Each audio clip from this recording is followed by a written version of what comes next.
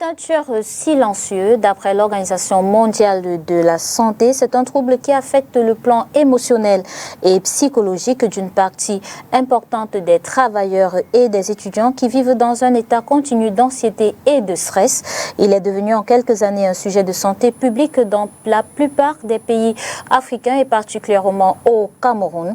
Des chiffres du ministère de la Santé publique renseignent qu'un Camerounais actif sur 5 est victime de la maladie. En focus ce jour, dans une publication relayée sur les réseaux sociaux, la Maison du Psy relève que de plus en plus les femmes de 30 à 45 ans, cadres en entreprise, mères, épouses, sœurs et membres actifs de différentes associations présentent des signes de cette pathologie. Vous l'avez certainement deviné, aujourd'hui nous parlons du burn-out ou du surménage ou encore du syndrome de l'épuisement chez les femmes actives. Mesdames et messieurs, salut et bienvenue à Focus Santé.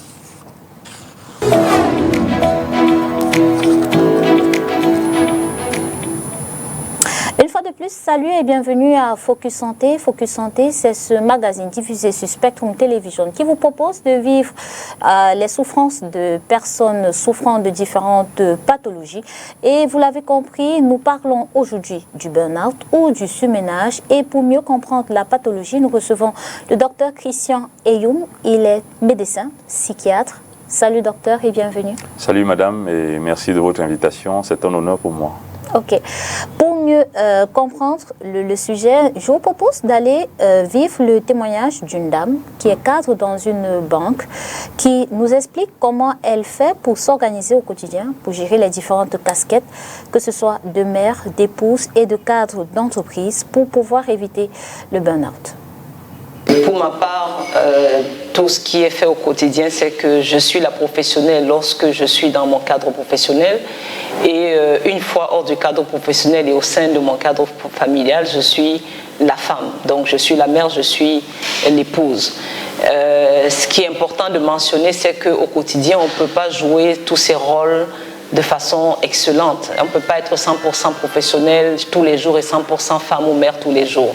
Donc il y a des moments où le professionnel va l'emporter sur la femme et des moments où la femme va l'emporter sur le volet professionnel. Donc à chaque fois, il faut pouvoir trouver le juste équilibre. Il est clair qu'au regard des nombres d'heures de travail dans la semaine, on va consacrer beaucoup plus de travail dans la semaine à la partie professionnelle de nos occupations. Et le week-end, on privilégie donc ce volet personnel, ce volet femme, ce volet épouse. Donc au quotidien, c'est un arbitrage que nous faisons. Il y a des moments où on va effectivement privilégier le côté femme et des moments où donc absolument c'est le côté professionnel qui l'emporte. Mais ce qu'on retient, c'est qu'au quotidien, je ne peux pas être 100% femme et 100% professionnel. Alors généralement, ça pose quand même quand ça ne marche pas comme il se doit. Vous comprenez, je peux dire le mot. Quelqu'un est mal, quelqu'un prend un coup, soit le patron, soit c'est monsieur. Alors, je ne vais pas dire qu'on confond. En fait, on fait des arbitrages. Je préfère parler d'arbitrage.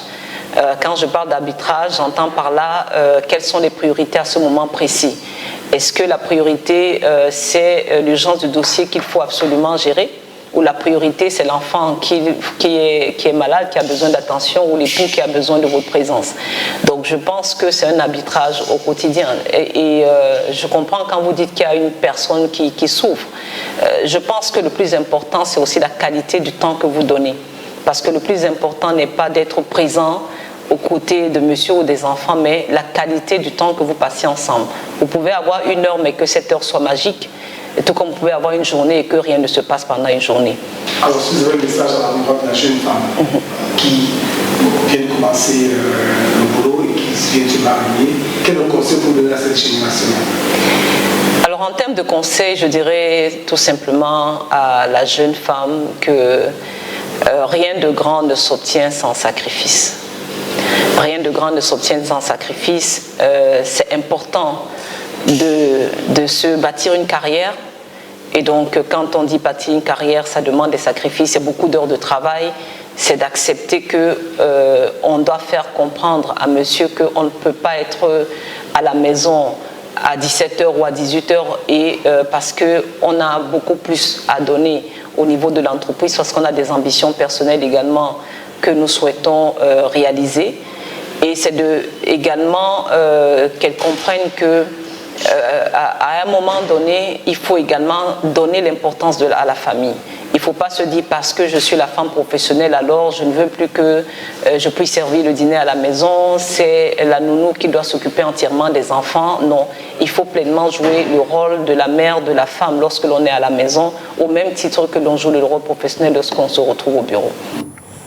Je me tourne vers vous, docteur. En des termes simples, c'est quoi le surménage? On entend souvent surménage. C'est quoi le surménage? Pour faire simple, en fait, c'est une sorte de déséquilibre qui va arriver dans le fait que les ressources que la personne a, la batterie de la personne qui permet d'assumer en fait les difficultés de la vie et de les surmonter, ces ressources finissent par s'épuiser et la balance sollicitation de la vie contre ressources va être à l'avantage des sollicitations qui vont donc inonder la personne. Donc on va être surmené, on va être épuisé. Voilà, donc il y a un épuisement qui se met en route. Alors maintenant en anglais quand on dit burn out, c'est en fait qu'on va se consumer de l'intérieur. Il y a des gens que le travail a consumé. Il y a des gens que les sollicitations de la vie ont consumé. Vous les connaissez comme des gens bien, des gens gentils, des gens aimables, des gens qui sont fréquentables.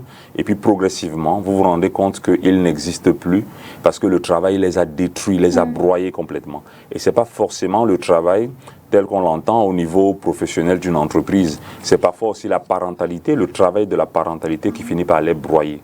Donc en gros, le surménage, c'est que à la base, nous avons tous des ressources pour surmonter les difficultés normales de la vie, les sollicitations normales de la vie, mais quand ces sollicitations viennent à déborder nos ressources, on va être complètement consumé.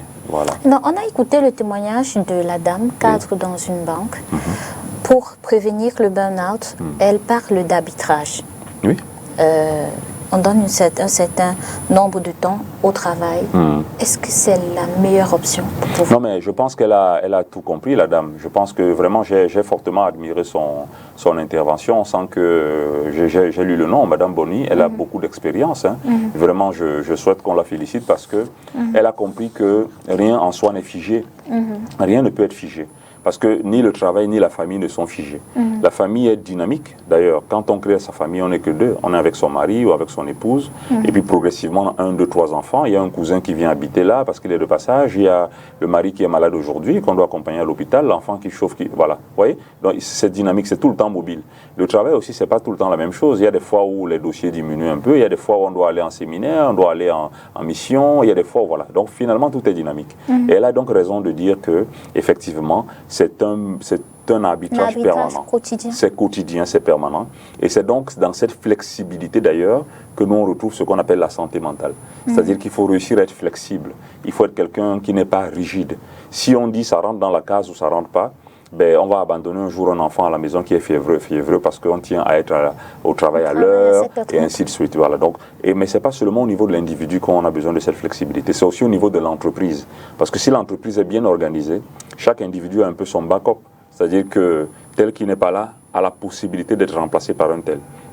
Donc à ce moment-là, on est dans une flexibilité qui non seulement garantit la rentabilité dans l'entreprise, mais garantit aussi l'équilibre familial de ceux qui font cette rentabilité, que sont les travailleurs.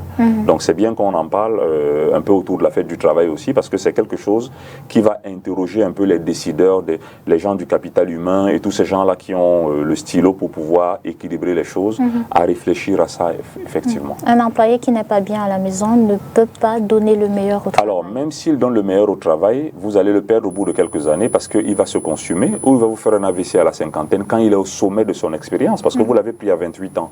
Le pauvre, il a commencé à travailler en apprenant plein de choses. Maintenant qu'il est à 50 ans et qu'il est au sommet de sa carrière, vous ne l'avez pas aidé à prévenir sa santé cardiovasculaire, sa santé ophtalmologique et tout, mais aussi son équilibre familial, parce que quand il rentre chez lui le soir, il a quand même besoin de gens qui sont bien avec lui, qui le rend heureux pour le motiver à revenir au travail de manière efficace. Donc on a intérêt effectivement à garantir la santé de l'employé, en particulier la santé mentale de l'employé. Ok. Bon, docteur, si on revient à la maladie, quels sont les signes qui doivent inquiéter, qui doivent pousser à les consulter? Le problème du burn-out, de l'épuisement professionnel, du surménage, c'est que vous n'avez pas de signe spécifique. C'est ça qui est bizarre. Donc il faut déjà qu'on se dise ça. On n'a pas de signe spécifique. Mais les signes qu'on voit le plus sont des signes comme la fatigue. Et pas que la fatigue, la fatigabilité. Alors j'explique ça. La fatigue, c'est quand on n'a plus d'énergie. Mais la fatigabilité, c'est quand on se fatigue plus vite que d'habitude. Vous voyez, vous arrivez au bureau à 7h30, vous vous dites ça va aller, le matin vous avez du punch, et à 11h30, vous êtes déjà complètement capote. Vous n'arrivez plus à tenir. Alors qu'avant, vous pouviez tirer jusqu'à 16-17h et tout allait bien. Maintenant, il suffit que vous travaillez 1, 2 dossiers, 3 dossiers et vous êtes comme épuisé.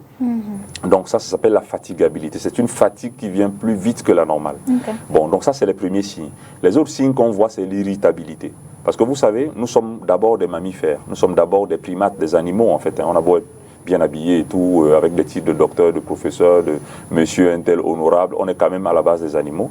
Et donc on a appris à surmonter certaines agressivités de l'environnement. On a appris à ne pas se sentir à l'aise, mais à tenir la façade. Mais seulement quand on commence à être épuisé et que ça ne va plus, les ressources, comme la morale, comme la foi chrétienne, musulmane et autres, et tout ça, l'éducation qui nous permettent de tenir la façade, vont s'effondrer. Et on voit réapparaître des choses défensives comme la colère. Donc la personne qui entre en burn-out, qui s'épuise, commence à être colérique au bureau. Vous vous rendez compte que votre collègue ne supporte plus certaines choses, les choses qu'elle supportait, une porte qui est mal fermée, et vous allez la voir râler, crier, devenir, voilà. Maintenant, après, au-delà de cette irritabilité qui est le fait de se fâcher facilement, donc on a dit fatigabilité, on a dit irritabilité. On aura aussi quelque part des signes somatiques, donc le corps va parler. Et comment le corps parle? Il commence à nous faire des douleurs derrière le cou comme ça. Il commence à faire des maux de tête qui viennent plus rapidement que d'habitude. Il commence à faire que parfois on étouffe, on a le cœur qui bat très fort. On fait le tour à l'hôpital et on dit on n'a rien vu à l'hôpital. Parce qu'effectivement, on est épuisé. Et donc le corps rentre en mode défense. Il faut que je m'éloigne de cet endroit, il faut que je fuis cet endroit. Et on commence même à détester son travail. Chaque fois qu'on regarde le bureau, on a juste l'impression que on ne va pas y arriver. On regarde, dès qu'on traverse la porte de l'entreprise, c'est vraiment la catastrophe, quoi. Et donc, c'est ces gens-là qui sont très très bien le vendredi soir, qui peuvent, mais qui le dimanche soir commencent déjà à redouter le retour au travail. Donc c'est un peu des signes diffus comme ça, qui tournent autour de la preuve que l'individu est épuisé, qui vont justement présager le burn-out. Oui, c'est ça, effectivement. Et quand l'individu arrive chez le médecin, comment s'organise la prise en charge? Alors, la première partie de la prise en charge est quelque chose de... Comment dire, déjà il faut arriver à poser l'hypothèse diagnostique. Il faut arriver à poser l'hypothèse. Je voudrais vous dire d'emblée que moi, dans mon expérience personnelle, de 4 à 6 000 consultations à l'année, et là je parle de l'année 2022, où à l'hôpital où je travaille, nous sommes à l'hôpital La Quintine de Douala, au service santé mentale, nous sommes à plus de 4 300 consultations à l'année. Et donc, j'ai l'expérience que dans la question du burn-out aujourd'hui, je vois plus de femmes que d'hommes. Et on peut s'expliquer pourquoi d'ailleurs, je crois que la dame dans le reportage l'a dit tout à l'heure, mais c'est d'abord de recevoir la personne, de faire une écoute active. Alors l'écoute active, c'est le fait, c'est pas d'entendre ce qu'elle dit, mais c'est d'écouter en participant à l'aider à extraire d'elle-même des choses qui la dérangent. C'est ça un peu l'écoute active.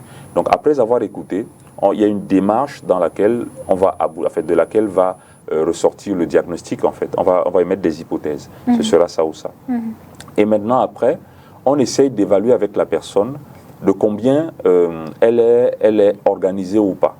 Et vous savez, les gens sont souvent très bien organisés, mais ils n'ont pas l'occasion de se décentrer, de sortir d'eux-mêmes pour regarder comment ils font. C'est un peu comme le rôle du coach au football. Le coach n'est pas souvent meilleur que les joueurs, mais la différence qu'il a, c'est qu'il n'est pas sur le terrain. Donc il a la possibilité de voir les déplacements des pions sur le terrain et dire, là, je pense que tu fais bien, mais ça, c'est ce dont on avait besoin en première mi-temps.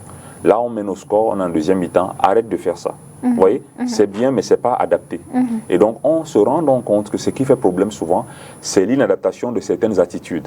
Donc, le mauvais arbitrage, souvent, comme disait la dame, mais c'est vraiment l'inadaptation de certaines attitudes. Il est important à ce moment de repérer avec la personne ces attitudes, de l'aider à s'approprier le changement nécessaire, parce que si c'est moi qui dis, allez changer ça, la personne dira oui, mais une fois chez elle, elle reprend la même chose. Mais il faut arriver à faire qu'elle se rende compte qu'il y a des attitudes pathologiques ou dangereuses, délicates pour elle. Ensuite, qu'à la maison, elle soit assez éveillée pour que chaque fois qu'elle va mettre en route ces attitudes, que quelque chose se réveille et dise, là je fais erreur, il faut que je corrige ces réflexes que j'ai, et qu'ensuite, maintenant, on accompagne à ça. Mais il arrive parfois qu'on mette des médicaments parce que la personne est souvent tellement mal qu'il faut l'aider à avoir un sommeil profond. Parce que ce que je ne vous ai pas dit, c'est que ça perturbe même le sommeil. On voit des gens réciter des dossiers du travail dans le sommeil, rêver du travail et ne pas pouvoir se couper, en fait. Donc, bref, il y a une phase qui est biologique dans la prise en charge. Elle peut être médicamenteuse, elle peut être physique, parce que les massages et des choses comme ça. Il y a une phase qui est psychothérapeutique, qui va aller repérer ce qui dérange et aider la personne à modifier. Il y a une phase qui est sociothérapeutique, c'est-à-dire qu'au niveau social, peut-être qu'on va l'aider à relâcher un peu au niveau des tontines où elle est responsable de ci et ça. On va peut-être l'aider à revoir comment gérer le rôle d'héritière au village. Parce que la grand-mère, en s'en allant, elle dit « c'est toi mon héritière ». Et donc, comment gérer le rôle d'héritière sans se surmener. Alors, est-ce que je peux m'appuyer sur ma cousine qui est restée au village pour couvrir ça? Est-ce que je suis obligé d'y aller tous les week-ends? Et peut-être qu'on va discuter aussi de son rôle à l'église. Oui, elle est engagée, ça c'est super bien. Mais est-ce que ça nécessite qu'elle fasse autant d'efforts? Et là, elle est, voilà. Donc, c'est tout ça qui va faire la prise en charge bio-psychosociale. Et quelle peut être la place des conjoints ou bien des enfants dans le mieux-être d'une femme surmenée? Non, mais écoutez, c'est l'occasion, et merci beaucoup, d'interpeller les hommes, parce qu'effectivement, aujourd'hui, je pense que, comme nous disions dans le post que vous avez tantôt cité, la peur, et peut-être que je m'exagère cette peur dans ma tête, je l'espère, c'est qu'on aboutisse à un moment donné à une génération de femmes qui va même faire plus d'AVC que les hommes à un certain âge. Je cite l'AVC pour ne citer que ça.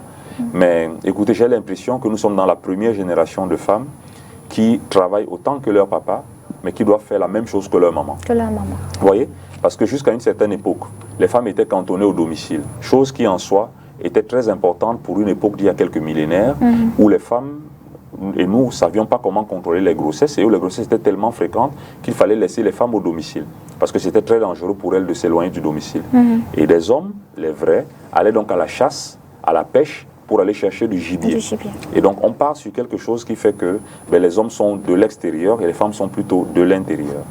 Et on arrive donc à un moment où on se rend compte que la technologie aidant, la viande est maintenant disponible près de la maison, l'eau coule à la maison. Donc à l'époque, la femme enceinte n'allait pas à la rivière, donc c'est l'homme qui allait chercher l'eau, qui fendait le bois.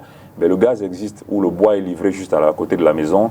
Et vous voyez donc que finalement la relation homme-femme est en train de se modifier. Bref, l'importance de l'homme pour la femme, tout comme l'importance de la femme pour l'homme, puisque maintenant les restaurants livrent dans les bureaux et même on peut manger même moins cher chez le gars qui livre qu'à la maison. Vous voyez, ça devient. Donc le lien homme-femme et l'obligation d'être ensemble commence à être un tout petit peu secoué. Après, on va rajouter le christianisme et d'autres choses derrière, mais restons là-dessus, restons sur des choses vraiment pragmatiques. Et donc, si on ne rediscute pas ces choses-là, on va être gêné un peu. Alors, on arrive donc à cette génération où nos femmes, alors moi j'ai été à l'école avec des filles qui étaient 10 fois meilleures que moi, il faut que je vous dise. Donc je suis convaincu que ces filles-là, si les choses restaient égales à elles-mêmes, elles pourraient tout à fait être mes chefs au travail. Et d'ailleurs, j'ai des chefs qui sont des femmes qui sont excellentes, et je les salue ici, qui me donnent des idées pour améliorer mon travail tous les jours, et elles font très très bien leur boulot. Donc ce qui serait bien, c'est que moi, une fois rentré chez moi, sachant que ma femme travaille aussi, que je puisse me dire, ce n'est pas humiliant pour moi de passer la serpillière de temps en temps. C'est pas idéal, voilà, c'est ça, c'est pas humiliant du tout. C'est la première chose qu'il faut se dire. Alors si je peux pas faire, parce que je ne sais pas faire, et je vous dis moi, médecin, docteur Eyoum, je le dis officiellement, et je pense qu'il y a une femme quelque part qui sait que je ne sais pas tout faire. Mais j'ai l'impression en l'écoutant souvent que ce qu'elle attend vraiment, c'est pas forcément que je fasse, mais c'est que je participe. Et donc cette participation peut être simplement de retenir les enfants pour qu'elles puissent faire quelque chose. Mais ça peut aussi être de venir lui dire de tout ce que tu fais, qu'est-ce que je peux aider. Alors elle peut me dire, écoute, aide-moi à peler ceci, aide-moi à nettoyer cela. Ça reste juste des petites tâches, mais la simple présence, ma simple présence dans son espace d'occupation peut l'aider à comprendre que je participe. Participer. Mais c'est aussi l'importance de l'activité conjointe. Parce que le faire ensemble a quelque chose de particulier pour les dames souvent. D'ailleurs, Madame Boni, que je salue encore, et j'ai écouté le reportage, a parlé de la qualité du moment. Ce n'est pas forcément la quantité. Nous, les garçons, on est très formés à la quantité. Vous voyez, une maison, une voiture, un terrain, beaucoup d'argent. On est très quantitatif. Et les femmes sont éduquées au qualitatif. C'est d'ailleurs pour ça que les couleurs, les formes, les parfums et tout vont les intéresser. Et nous, souvent, on trouve qu'elles perdent du temps. Et donc, comme on comprend cette démarche, souvent, quand on est encore en train de le faire, la cour, on marche vraiment au qualitatif un peu. On sait qu'il faut les amener dans les beaux restos avec des fleurs. Mais après, on abandonne un peu ça parce qu'on redevient pragmatique pour trouver de l'argent et bâtir une maison.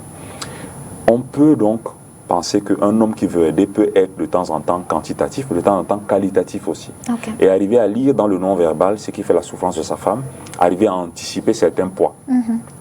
Effectivement, le rôle des enfants y est aussi, parce qu'une femme qui sait que ça pèse, va commencer un peu à former les enfants à faire le minimum, à bien ranger les chaussures, à faire ci et ça. Parce que si elle doit revenir, bavarder et refaire les mêmes tâches tous les jours, non. Donc il doit avoir un côté pédagogique aussi, d'accompagner son époux, d'accompagner ses enfants à apprendre à faire certaines choses et à être autonome, pour que progressivement on se déleste de choses qu'on peut lâcher, pour être mieux sur d'autres fronts, dans la même maison, et même pourquoi pas au travail, et sur d'autres fronts qui vont toujours apporter à la même famille et au même mari.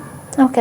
Et donc, vous avez évoqué tantôt les AVC comme étant des complications, on va dire ça comme ça, d'un burn-out. Est-ce qu'il y a d'autres complications? Oui, effectivement. Écoutez, à l'immédiat, dans l'immédiat, les complications immédiates sont des complications telles que l'insomnie, les céphalées, les maux de tête, quoi, je veux dire, et puis la baisse de performance au travail, et puis une perturbation au niveau systémique, au niveau du système familial, une perturbation des liens dans la famille, parce qu'une maman qui va mal, qui crie tout le temps, qui râle, tout le monde dit elle crie beaucoup à la maison, quand elle revient, dès qu'elle apparaît, l'ambiance familiale va tomber. Voilà, donc ça c'est des conséquences à l'immédiat. Et les conséquences sur le long terme, c'est qu'on a vu que ça a pu conduire à des divorces. Parce qu'elle revient, elle est tellement irritable que le mari a la sensation de ne plus être compris. Le patron a la sensation de ne plus être respecté. Parce que maintenant qu'elle revient au boulot en râlant tout le temps, en criant tout le temps, soit c'est les collaborateurs qui vont dire la dame, ouh là là, c'est comme si elle n'a pas bien dormi aujourd'hui, c'est comme si. Soit c'est les patrons qui vont dire vous manquez de respect dehors, quoi. Et donc ça c'est les conséquences à court et à moyen terme. Alors sur le long terme, effectivement, on va mettre à rude épreuve ces artères, parce que quand on est comme ça, qu'est-ce qui fait la force, qu'est-ce qui fait cette énergie? C'est une hormone qu'on appelle l'adrénaline ou la noradrénaline. C'est des hormones du stress qui ont en fait été mises dans notre corps pour nous aider à nous défendre contre le danger. Il y a 3 millions d'années, quand les lions nous pourchassaient encore, il fallait courir, il fallait tout le temps, voilà. Maintenant qu'on est dans un monde un peu plus apaisé, on n'a pas besoin d'avoir ces hormones dans le sang tout le temps. Parce que les stress qu'on a sont des stress, des micro-stress qu'on peut gérer et qu'on doit apprendre à gérer de manière anticipée. Et donc, dans ce stress-là, qui est le burn-out, le surménage, l'individu va rester tendu tout le temps. Et donc, les artères vont se rigidifier, le cœur va en souffrir. Et donc, maintenant, après, on va perturber certaines hormones et on va ouvrir à toutes les maladies métaboliques que vous imaginez, hypertension, diabète et autres, qui ont des conséquences qu'on connaît très bien. Donc, je vous ai dit un peu court, moyen et long terme, qu'est-ce qui peut se passer. Et donc, que pensez-vous des remèdes de grand-mère, entre autres massage, des thés, revoir son alimentation? Non, mais c'est super important. C'est bio et c'est super important. Alors, parlons du massage. Moi, je reviens là d'une formation de coiffeuse qui a été faite par une fondation dans laquelle nous avons constaté, juste en faisant une étude, que dans 7 pays d'Afrique, toutes les femmes, mesdames, passent en moyenne 2 à 3 heures par mois avec leur coiffeuse. 2 à 3 heures par mois avec sa coiffeuse, détendue, les yeux fermés. C'est pas, même les médecins n'ont pas souvent ce droit. Et donc, avec ces coiffeuses, ce qu'elles discutent souvent, c'est les problématiques familiales, les difficultés de ci et ça. Et dans les quartiers, les salons, ça s'appelle comme ça, les salons de coiffure que vous voyez, sont des endroits dans lesquels on dit pas mal de choses. Et donc, ces filles ont beaucoup d'expérience, elles entendent beaucoup de choses. Et on a tenté de les former, effectivement, à savoir écouter de manière bienveillante, à être neutre, mais à pouvoir aider et bien orienter. Et donc, le massage est quelque chose qui va apaiser le corps. Ce que je ne vous ai pas dit, c'est que quand l'embryon humain se forme, l'enveloppe qui va faire la peau et le câblage qui vient du système nerveux, ils se forment de la même enveloppe. Et c'est cette enveloppe qui va se différencier et faire les deux systèmes. Donc une partie de ce qui se passe dans le système nerveux, donc dans le cerveau, va se voir sur la peau. C'est pour ça qu'on a des alopécies, des pertes de cheveux, qu'on appelle au quartier mon vieux et tout ça. Quand on est stressé, c'est pour ça qu'on a l'acné, les boutons du visage, ou bien les eczémas qui apparaissent quand on est mal. Donc le corps est le tactile de l'être humain. Le tactile comme sur un téléphone. Vous touchez le corps, ça peut entraîner des vibrations, ça peut entraîner de la peur, ça peut entraîner du bien-être, ça peut entraîner de la relaxation. Oui, grand-mère avait raison. Avec le nôtre Manyanga, avec tous ces trucs-là, on est capable de détendre le corps. Avec un truc un peu mentholé, avec un truc un peu réchauffé, ça détend. L'été aussi, parce que c'est pas du tout addictogène, l'été. C'est la citronnelle d'à côté, c'est 2-3 trucs. Ça réchauffe. D'ailleurs, ça rappelle, madame, le lait maternel que nous avons tous pris quand on était bébé. Quand on était mouillé, quand on était anxieux, quand on était... Maman savait qu'il fallait juste mettre le sein. Et ça nous mettait quelque chose de tellement chaud et bien. Et donc, parfois, on reprend ça. Et si on ne fait pas ça avec le thé, on risque de faire ça avec la bière ou avec la cigarette. On va faire quelque chose qui descend ici et qui mime un truc de l'enfance. Il vaut mieux lutter qu'autre chose. Donc, j'encourage bien les solutions de grand-mère qui sont des solutions de sagesse qu'on n'a peut-être pas testées au niveau scientifique, mondial, international, mais qui sont bio et qui sont plutôt à encourager. Voilà. Ok. Donc, vous faites un métier qui est souvent mal compris en Afrique. Pourtant, le burn-out, ça existe. Oui. Donc, qu'est-ce que vous répondez donc aux personnes qui pensent que le burn-out, c'est pour les Blancs, le surménage, c'est pour les Blancs? Je vous promets qu'avec votre émission actuelle sur le burn-out, il y a des gens qui se reconnaissent. Je vous promets ça. Alors, si vous voulez, faites juste un sondage dans les entreprises. D'ailleurs, vous avez interrogé un cadre de banque, là. Alors, eux, quand ils sont à la veille de la fin du mois, comme ça, hein. Ouais. Alors, vous savez, maintenant, dans les entreprises, on est gentil avec vous. Hein. On est gentil, tout le monde est poli, machin. Quand vous êtes au sommet, quand vous réussissez. Mais allez voir ce qu'ils appellent les livrables dans les entreprises. Les gens, tous les 10 jours, ils ont un document à envoyer. Ils doivent avoir des tableaux de bord. Maintenant, on ne vous contrôle plus. Hein. Non, vraiment, il y a le badging à la porte. C'est quand vous êtes entré, le chef est poli, mais il regarde juste son ordinateur, il regarde si vous étiez là où la maladie existe, en fait. Le burn-out existe en Afrique, le burn-out existe au Cameroun, et il taille malheureusement dans l'échantillon des gens qui sont hyper compétents. Alors, ça taille dans un échantillon de ceux qui sont très compétents. Ça taille dans l'échantillon des gens qui sont, je vais dire, qui ont de l'abnégation. L'abnégation, c'est le fait des gens qui aiment sentir qu'ils aident l'autre, même s'ils doivent s'oublier eux-mêmes. Et il y a des super-héros comme ça qui passent le temps à penser aux autres, en fait. Ça taille dans l'échantillon des gens qui sont plutôt travailleurs illimités, quoi, qui sont des superwomen, superman, qui vont aller, voilà. Donc c'est souvent là-dedans que ça va chercher. Et c'est eux qui sont les têtes de famille, c'est eux qui font avancer le système, c'est eux qui font que l'entreprise existe et c'est malheureusement eux qui sont souvent exposés. Mais il ne faut pas avoir honte d'aller consulter. Non, pas du tout. Il faut consulter son médecin du travail. D'abord, si on est dans une entreprise qui a un médecin du travail, les médecins du travail sont très compétents pour reconnaître ça. Il faut consulter. Et si le médecin du travail veut, maintenant il saura comment référer. Alors si c'est plutôt à domicile, parce qu'il y a des mamans de 6 enfants, mais en même temps elle est vendeuse, elle a sa petite boutique au marché, elle vend ci ou ça pour pouvoir tourner, et en même temps elle est, voilà. Donc souvent tout ça aussi, ça demande qu'on rencontre quelqu'un qui va nous aider à rediscuter nos compétences actuelles, nos vulnérabilités aussi, mais aussi les solutions qui peuvent aller. Parce que souvent, on bossait comme ça à 24 ans, on y est toujours à 34 ans, mais ce n'est plus adapté. Il faut peut-être qu'on s'ajuste. Mais on a du mal soi-même à réaliser l'éventail des choses, la cartographie de tout ce qu'on a comme sollicitation. Donc on a peut-être besoin de quelqu'un qui fait comme un peu du coaching, mais qui va être dans la lecture de tout ce qu'on a comme difficulté pour aider à choisir qu'est-ce qui est urgent, qu'est-ce qui est important, qu'est-ce qui est obligatoire, qu'est-ce qui est non obligatoire. Il faut vraiment classer dans des cases pour pouvoir arbitrer de manière neutre et avancer. Et donc, consulter à peu près, si on regarde au niveau des coûts, oui.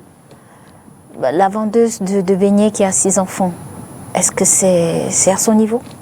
Pour la consultation? Pour la consultation, mais même pour le suivi? Non, mais écoutez, il y a toujours une solution à avoir. Les hôpitaux publics au Cameroun consultent à 2000 francs près. Je sais que il y a des gens qui auront du mal, mais il faut déjà avoir fait la consultation. Et aujourd'hui, on est des humains, hein, on n'est pas toujours fermé à « j'ai des difficultés, comment je peux faire ?» Et donc, il y a même des hôpitaux, on voit bien, alors, il y a le centre catholique en Dokpassi là-bas où ils font aussi des consultations. J'ai vu des consultations à 1000 francs CFA. Donc, ce n'est pas toujours mauvais. Je pense qu'il faut essayer. Il ne faut pas se mettre des barrières. Il faut d'abord y aller. Il faut y aller. Il faut rencontrer un professionnel. Parce que ça permet au moins de savoir où on en est. Et ça permet de savoir quelles sont les solutions qui sont possibles, en fait. Oui. Okay. Merci beaucoup, docteur Christian Eyou. Merci pour la mise en avant de la santé mentale et merci pour tout ce que vous faites pour la santé aussi. Merci beaucoup. Merci à vous, mesdames et messieurs, d'avoir été des nôtres. Disons-nous simplement à la prochaine.